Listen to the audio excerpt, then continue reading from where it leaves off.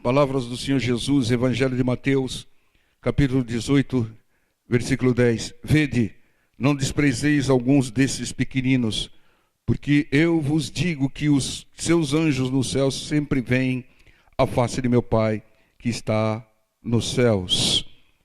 Irmãos, os anjos cercam os pequeninos, os anjos cercam as crianças, os anjos cercam os humildes para guardá-los, protegê-los, abençoá-los. A palavra do Senhor diz que o inimigo anda em derredor, bramando como leão. O inimigo são os demônios, andam em derredor. Mas em redor, né, antes de chegar em redor, estão os anjos do Senhor, em maior número. A proporção é de 2 para 1. Para cada demônio que anda em derredor, há 2 anjos que andam em redor. Os anjos do Senhor têm algumas funções estabelecidas por Deus. Nós não devemos pedir e nem ordenar nada aos anjos. Quem comanda é o Senhor, é o exército do Senhor. Pedimos ao Senhor e Ele envia os anjos. Ou Ele faz que os anjos ajam. Eles têm como objetivo trazer revelação de Deus, mensagens de Deus. Um anjo visitou a Maria dizendo que ela ia ter um filho concebido pelo Espírito Santo de Deus, né? E ele também nos protege.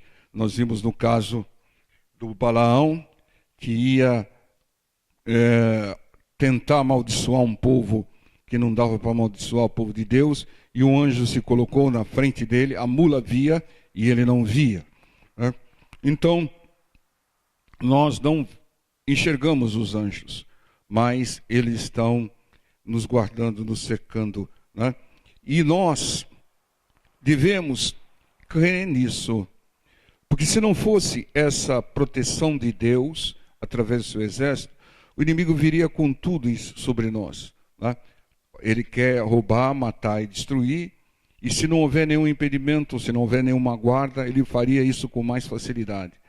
É claro que algumas pessoas, por falta de entendimento, saem dessa guarda, abrem brecha nessa guarda, né, e permite a ação daqueles que estão em derredor. Mas nós devemos ter a consciência que há um exército nos protegendo. E a palavra de Deus, ela nos mostra isso aqui no texto de 2 Reis 6,17. Vamos ler desde o 13. Ele disse: vai ver onde ele está, para que envie e mande trazê-lo. E fizeram-lhe saber, dizendo: eis que está em Dotã. Estavam querendo pegar Eliseu, que trazia revelação sobre o inimigo o exército de Israel, né? Para que o exército de Israel se preparasse contra o inimigo. Então o inimigo enviou para lá cavalos e carros e um grande exército, os quais vieram de noite e cercaram a cidade. E o moço, o auxiliar de Eliseu, o moço do homem de Deus, se levantou muito cedo e saiu. E eis que um exército tinha cercado a cidade com cavalos e carros. Então o seu moço, o seu auxiliar, lhe disse: ai, meu senhor, que faremos? Então o rapaz acordou de manhã e chegou e viu que o inimigo tinha cercado a casa onde estava Eliseu, com um grande exército, um exército numeroso. E o menino ficou desesperado, dizendo: ai, meu senhor, que faremos? E ele disse: não temas, né? Irmão, isso é recado para nós também. Não temas, porque mais são os que estão conosco do que os que estão com eles. Irmãos, isso é fundamental. Não tema. Muitas vezes vem males, vem lutas sobre a sua vida, mas o poder de Deus é maior. O poder para desfazer esses males é maior. Se nós agirmos com a direção de Deus, não há mal que prevaleça sobre nós, né? Não há praga que chegue à nossa tenda. Entendam? O poder do nosso Deus é infinitamente maior do que o poder de qualquer mal. E ele disse: não temas, mais são os que estão conosco do que os que estão com eles. Como nós falamos, os anjos que se rebelaram, se transformaram em demônios, foi 1/3 dos anjos. 2/3 estão com o Senhor, né? Até no número, né, nós somos mais fortes, somos mais fortalecidos. E orou, veja o versículo 17, que lindo. E orou Eliseu e disse: Senhor, né, pedindo a Deus, peço-te que ele lhe abra os olhos para que veja. Abra os olhos desse garoto para que veja. Ele só estava vendo o inimigo. E o Senhor abriu os olhos do moço e viu, e eis que o monte estava cheio de cavalos e carros de fogo em redor de Eliseu. Entendam? Eliseu orou: Senhor, abra os olhos desse rapaz. Ele só está enxergando o inimigo. Tem pessoas que só enxergam aquilo que é material, não enxergam aquilo que é espiritual. E Deus abriu os olhos do menino, e o menino viu que maior número eram os cavalos e os carros de fogo do exército do Senhor. Então, nós devemos abrir os nossos olhos e ver que há um exército nos cercando, há um exército do Senhor nos protegendo, porque é assim que ocorre no mundo espiritual.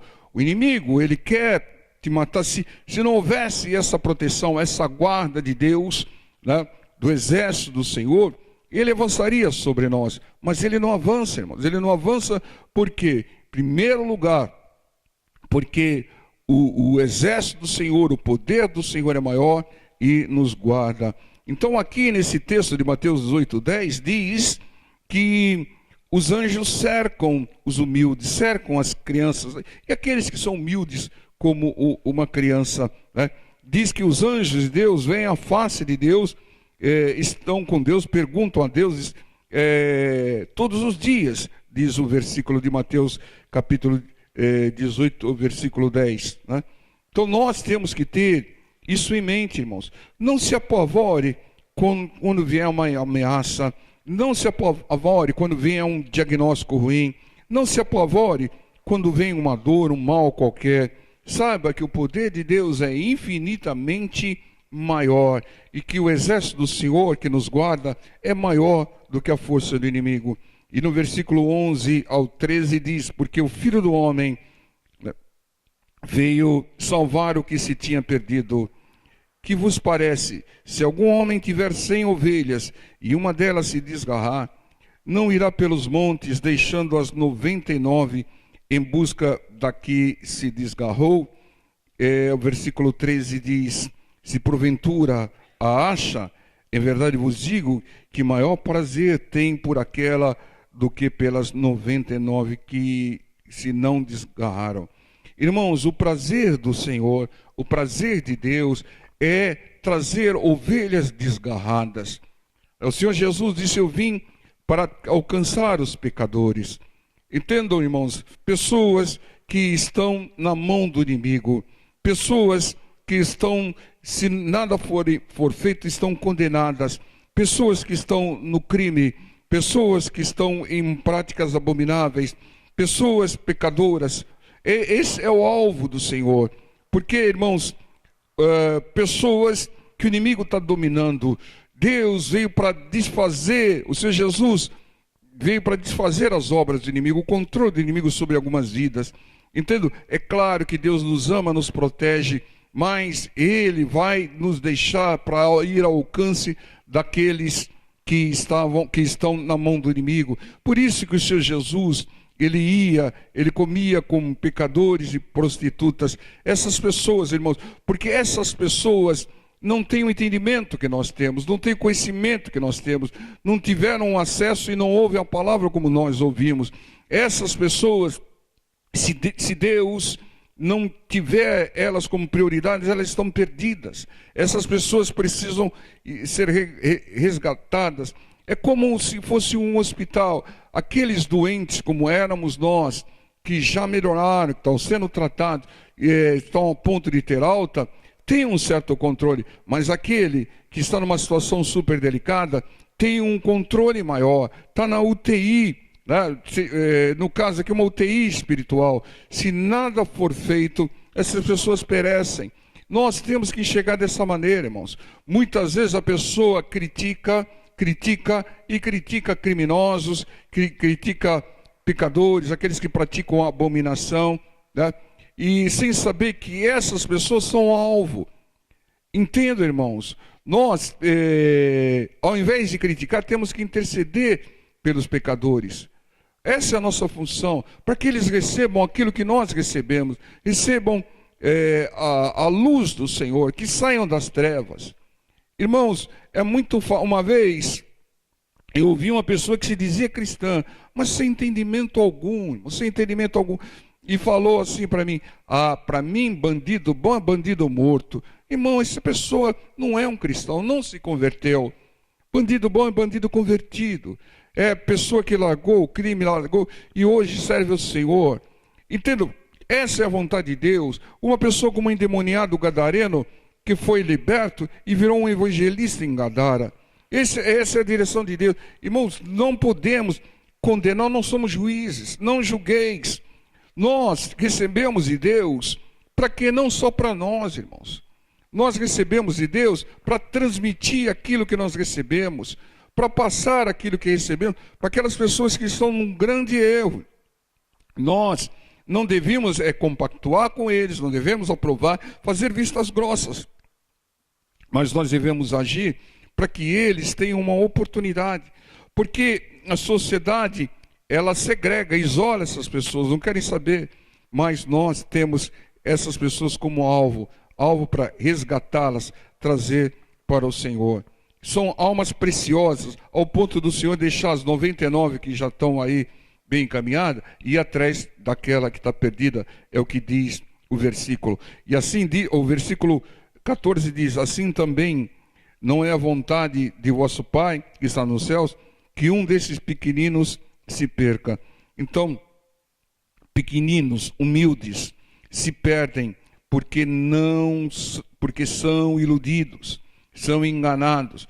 Deus não tem prazer nisso. Por isso nós devemos pregar a verdade e vigiar, interceder e orar. Irmãos, às vezes a pessoa está bem e ela é enganada pelo inimigo. Muitas vezes a pessoa pensa que está ouvindo a palavra de Deus e não está ouvindo. Ela está ouvindo uma doutrina qualquer, ela está sendo enganada. Satanás, ele engana em todos os lugares. Ele é o mestre do engano, o pai da mentira. E ele engana até dentro das igrejas. Quantos lugares que diz que é a igreja do Senhor, mas que do Senhor não tem nada, não tem a palavra do Senhor, tem um modismo qualquer, tem uma coisa qualquer. É um alerta, irmão, não é uma crítica contra certas igrejas, mas é um alerta ao povo de Deus que está sendo iludido. Está sendo iludido, irmãos. E eu não me conformo com isso. Pastor, o senhor não devia falar, mas eu não me conformo com isso, de ver pessoas sendo enganadas. Pessoas, como aquela pessoa que falou bandido bom, bandido morto, estava numa igreja conhecida, mas não se converteu, irmãos.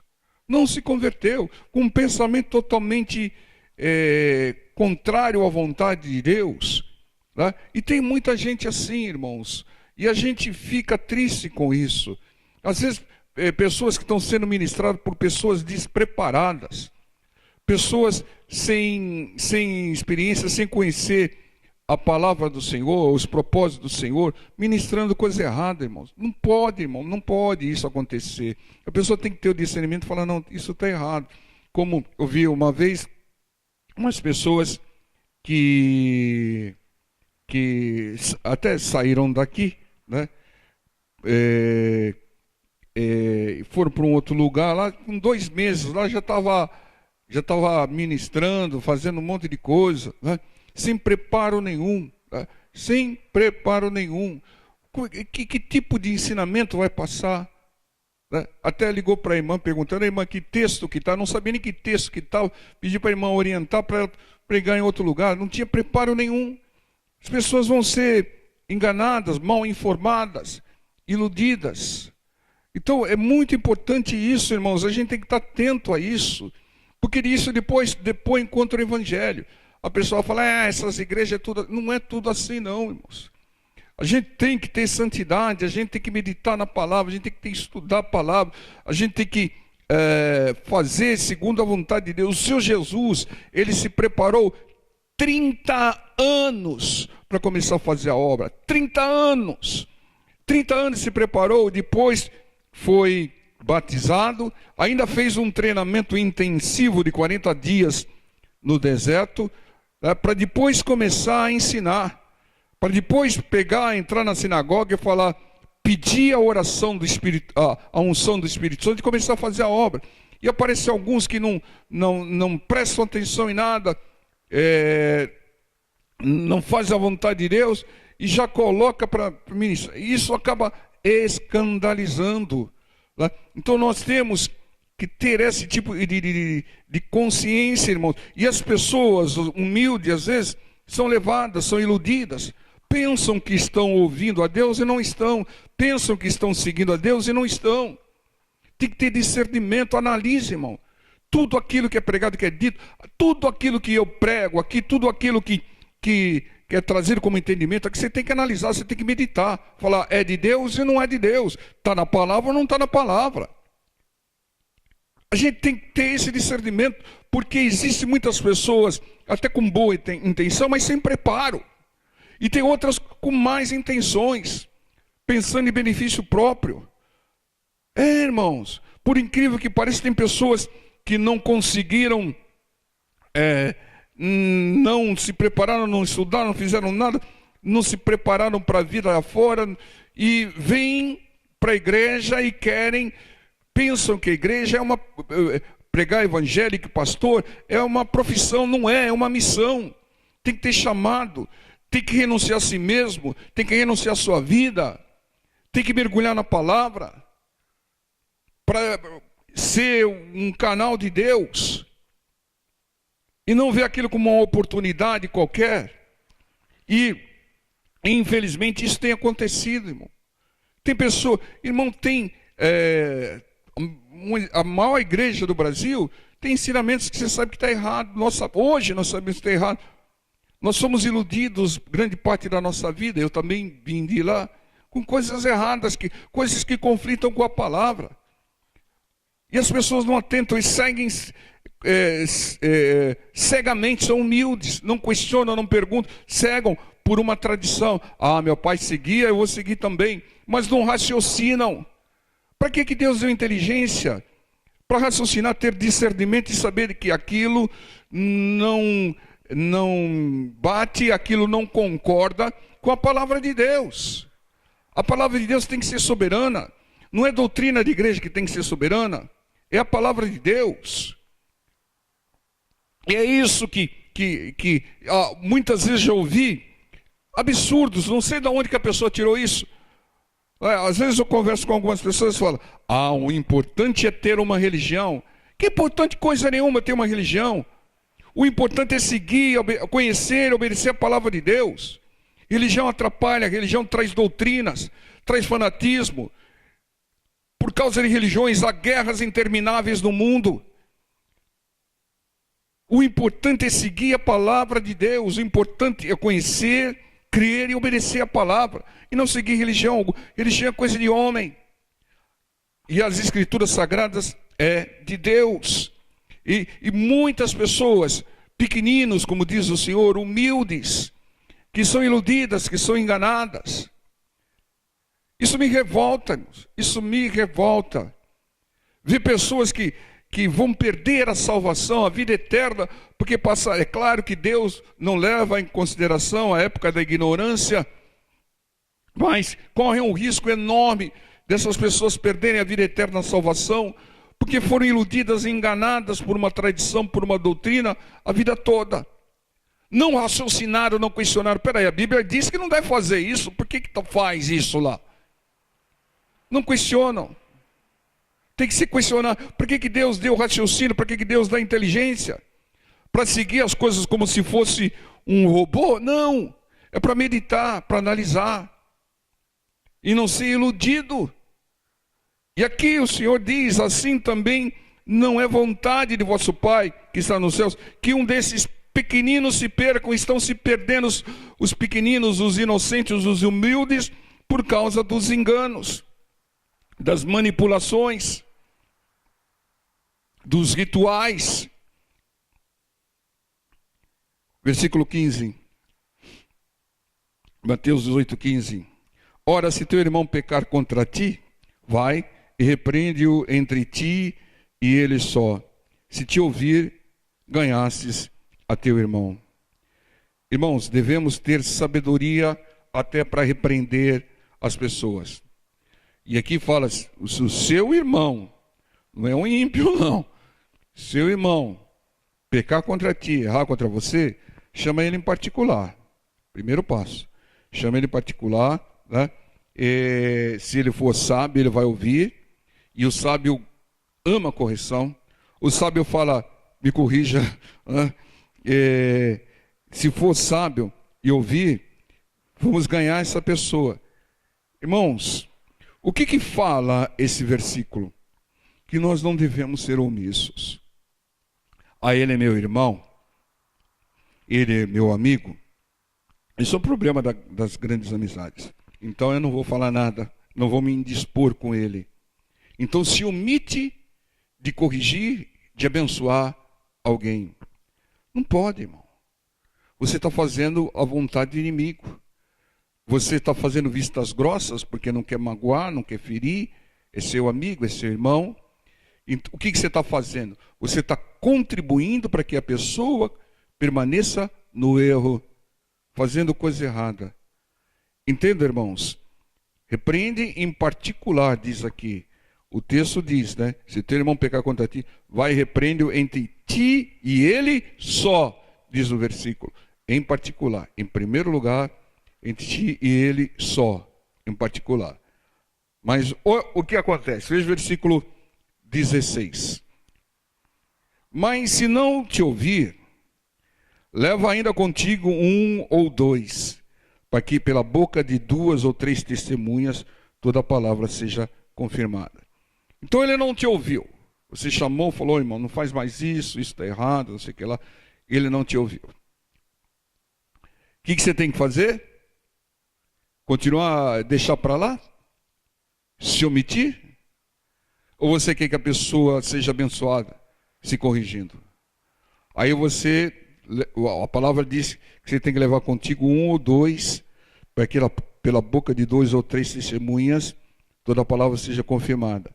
Você leva 2 ou 3 testemunhas, para mostrar que aquilo não era uma visão particular sua, que não era uma implicação sua. Outras 2 pessoas ou 3 têm o mesmo pensamento, né? Mostrar que não é nada individual. Não, a pessoa está concordando comigo, olha, nós estamos aqui, né? Nós concordamos que você tem feito ou fez algo que não deve fazer mais, tal. Para que ele veja que não é algo, não é uma implicância, não é algo exclusivo de alguém, né? Que é uma visão um pouco mais abrangente, para que a pessoa se corrija, para que a pessoa se atente, se arrependa. Mas veja o que continua o texto, versículo 17, dizendo: se não as escutar, diz à igreja. E se também não escutar a igreja, considera como um gentio e publicano. O que significa isso? Não escutou 2 ou 3 testemunhas? Você tem que falar à igreja. Não para a igreja repreender a pessoa.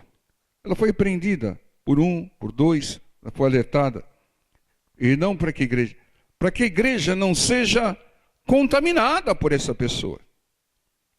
Irmãos, porque uma pessoa está cometendo um erro, falha, vem fala, alerta, ela não dá ouvidos, vem 2 ou 3 falam, ela não dá ouvidos, perdão. Então você tem que alertar a igreja. Irmãos, como fez o Paulo. O Paulo fez isso lá em 2 Timóteo, capítulo 4. Cuidado com Alexandre Latoeiro. Ele nos causou muitos males. Tem que advertir a igreja. Fulano faz isso, cuidado. Né? Porque um pouco de fermento pode levedar toda a massa. A gente não pode fazer vistas grossas. Aqui, irmão, dentro da obra. Né? O ímpio é diferente, também é diferente, não tem entendimento algum. Né? Mas, às vezes, se repreende um ímpio, você corre o risco de apanhar. Então, aqui fala sobre teu irmão, pessoa que é teu meio, aquele que está na igreja. Tem que ser informada a igreja, para que ela não seja contaminada, para que ela vigie. Essa é a direção aqui. Não que alguém seja dono da verdade, mas se a pessoa está praticando alguma coisa, falou, irmão, você precisa parar com isso, irmão. Né? Você é de Deus, você está ouvindo a palavra de Deus, você até sabe que você está... Ah, não, chama 2 ou 3, fala com a pessoa. Não ouviu 2 ou 3, fala para a igreja com sabedoria. Né? Cuidado com Alexandre Latoeiro, tá? Porque causador de males. Tem que alertar.